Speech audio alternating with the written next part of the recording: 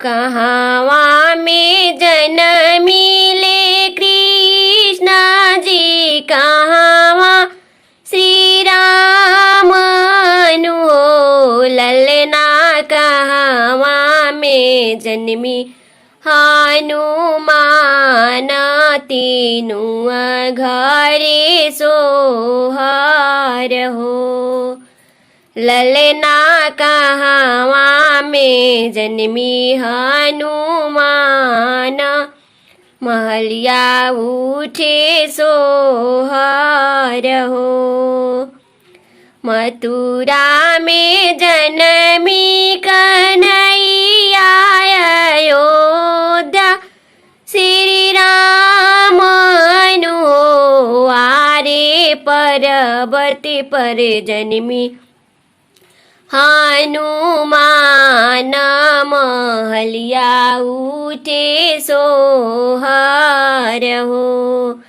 आरे पर्वती पर जन्मी हनुमान, तीनु घरे सोहर हो। केकरा जे जन्मी कन्हैया, केकरा श्री राम हो। ललना केकरा जन्मी हनुमान, तीनु घरे सोहर हो।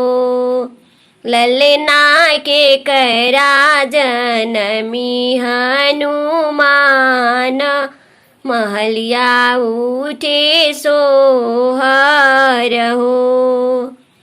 देवकी के जन्मी कन्हैया, कौशल्या के राम जन्मी हो। ललना अंजनी के जन्मी हनुमान, तीनु घरे सोहर हो। ललना अंजनी के जन्मी हनुमान, तीनु घरे सोहर हो।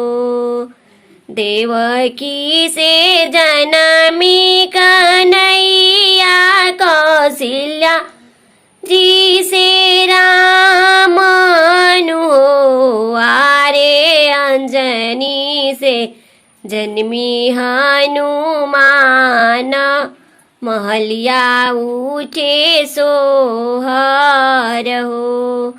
आरे अंजनी से जन्मी हनुमान, तीनु घरे सो।